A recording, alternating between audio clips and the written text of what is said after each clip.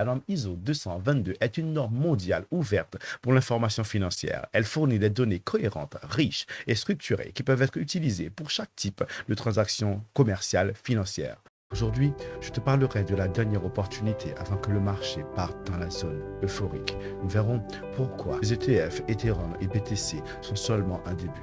Nous parlerons de la norme ISO 222, nous parlerons de Hedera HBAR et de XRP, leur place dans l'explosion à venir. Mais avant de rentrer en détail et en profondeur, abonne-toi à la chaîne. Les amis, bienvenue. Nous avons fait énormément de vidéos en tentant d'expliquer que durant le moment où l'Ether était à 900, le BTC à 15 000, que l'opportunité, c'était durant le bear market qu'il se faisait. Que c'était que quand tout le monde tourne le dos et que personne ne voulait acheter, c'était à ce moment-là qu'il fallait rechercher des informations et essayer de les extrapoler pour rentrer sur des actifs. Et si vous l'avez fait à ce moment, vous êtes censé voir des améliorations plus que notables sur vos wallets. Par exemple, Solana était à 8 dollars, Kant était à 45, Illuvium tout autant, Chainlink, tous ces prix-là durant ce bear market dépressif, c'était le moment où il fallait rentrer. Et ce que je voulais vous faire comprendre aujourd'hui, c'est que maintenant, le marché n'est pas encore parti, il n'est pas encore dans le moment euphorique, mais on se retrouve quand même dans un range que le BTC est en train de chercher à briser. Une fois ce range-là brisé, on va partir concrètement sur le moment où ce sera totalement euphorique, les launchpads vont se lancer et les nouveaux vont arriver. On va recueillir des informations et essayer de clairement comprendre ce qui va arriver. Et vous allez voir que des trillions de dollars bientôt seront injectés dans l'écosystème crypto-monnaie. Ce qu'il faut comprendre, c'est que le monde entier fonctionne d'une manière, je veux dire, l'économie mondiale fonctionne d'une manière. Et c'est un changement, c'est un basculement qui est en train de se passer. Et tout ça va basculer à la technologie blockchain. Non seulement tout ce qui existe dans la finance traditionnelle passera à la technologie blockchain, mais des nouveaux capitaux seront amenés, des nouveaux marchés seront créés. Regardez, vous voyez bien, intelligence artificielle, robotique, il y aura une liquidité, mais tellement forte, et cette liquidité sera plus fluide, pourra être utilisée plus facilement, plus rapidement, donc augmentera ce volume. On nous retrouve ici CryptoGoku qui nous dit que les ETF à BTC Spot contrôlent désormais plus d'1 million de BTC. C'est 5% de l'offre de Bitcoin en circulation. Cela représente plus de 70 milliards de dollars de fonds. Nous parlons de 70 milliards de dollars de fonds qui sont investis dans un actif, malgré le fait que le BTC soit là depuis un certain temps, qui est encore à ses préludes. C'est encore le début. Les gens ne se rendent pas encore compte de l'importance de cet actif. C'est comme au lancement de Internet où les gens se demandaient non, mais Internet, ça ne fonctionnera jamais.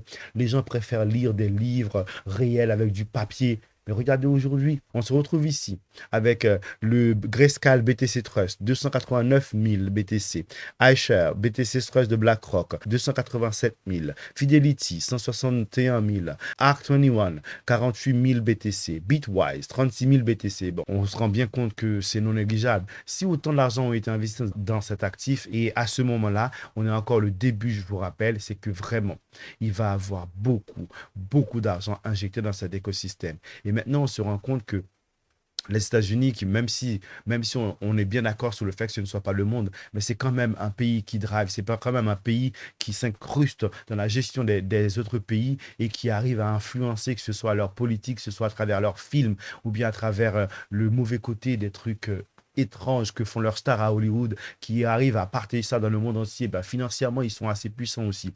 Même eux, pour les élections, sont obligés de parler de crypto-monnaie. Donc, on arrive ici, on nous dit que le wallet de Trump dépasse les 10 millions de dollars. Dans ces 10 millions de dollars, Trump détient beaucoup de mêmes comptes et c'est ce même compte qui fait justement que son wallet explose à près de 7 millions de dollars. Que ce soit fait par lui ou bien par quelqu'un de sa team, eh bien, c'est pour faire comprendre aux investisseurs crypto qui sont aux États-Unis très nombreux, je serai le président de la crypto, je serai là pour vous. Aujourd'hui, je voudrais qu'on puisse revenir sur la norme ISO 222. Si je vous ai parlé de tout ça, c'est pour vous faire comprendre clairement que le BTC est quelque chose de lourd et le BTC ne sera pas seul, donc les crypto-monnaies aussi, ok?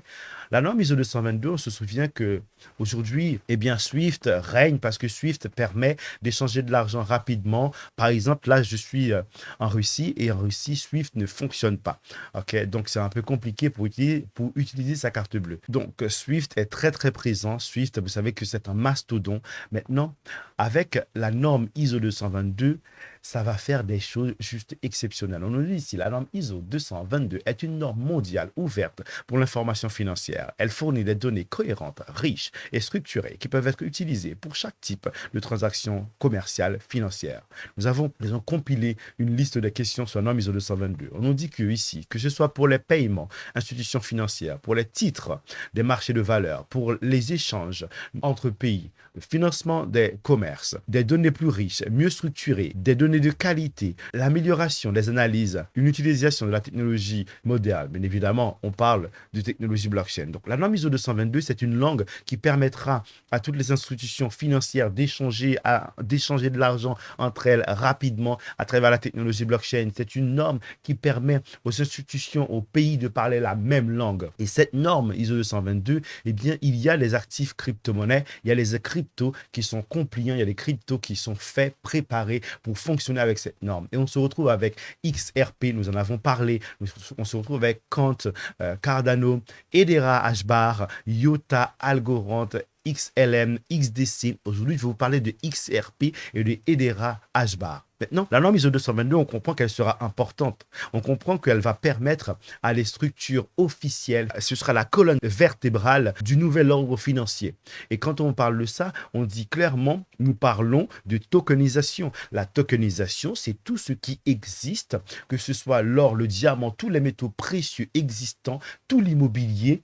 Tout ce qui existe aura un jumeau numérique et bien sûr, ça aura besoin de transiter à travers des blockchains. Il faut que ce soit sûr, stable et fiable. Ça utilisera la norme ISO 222. Ce que je veux vous faire comprendre, c'est qu'on est en train de préparer tout ce qu'il faut pour la naissance de ce nouvel écosystème. Et vous avez aujourd'hui l'opportunité d'acheter des jetons, d'acheter des actions de ces sociétés. C'est juste énorme. Regardez, on se retrouve avec du Hedera Hashbar. Souvenez-vous des particularités de cet actif. Souvenez-vous des sociétés qui participent à la gestion. Souvenez-vous de son conseil de direction. Souvenez-vous, on était là quand cet actif était à 3 centimes. On était là à 0,3 centimes. On a DCA, on a acheté et maintenant, il n'est pas encore monté. Mais je suis persuadé que Hedera Hashbar, non seulement la tokenisation, non seulement NFT, DeFi, mais aussi et surtout la possibilité de créer des stablecoins à gogo. Souvenez-vous que les stablecoins sont absolument indispensables. Je suis persuadé que Hedera Hashbar aura une place, mais une place dominante dans cet écosystème. Donc, c'était génial de pouvoir en avoir à 0,03 centimes. Même aujourd'hui, à 0,09 centimes, c'est déjà lourd. Même quand il sera à 30 centimes, croyez-moi, les gens vont se jeter dessus. Donc, je pense que Hedera Hashbar est très bien placé dans cette liste d'ISO 222. Je pense qu'il est très très bien placé, mais je pense aussi que XLM est important. Je pense que IOTA, Internet of Things, est important. Je pense que Quant sera très très important pour l'interopérabilité, mais surtout, je crois que XRP sera l'un des jetons les plus importants. Souvenez-vous, depuis tout ce temps, XRP est toujours dans le top 10 des cryptos. On pourra même dire qu'il n'est pas dans le top 10, on pourrait dire qu'il est encore plus haut sans compter les stablecoins. Parce que les stablecoins, c'est la capitalisation et la capitalisation est nécessaire pour faire fonctionner l'écosystème. Mais on pourrait dire que Ripple et son XRP, depuis toutes ces années, se préparent, depuis toutes ces années, attendent que les règles soient mises en place pour pouvoir être massivement utilisées. Regardez, Gary Gensler est en train de partir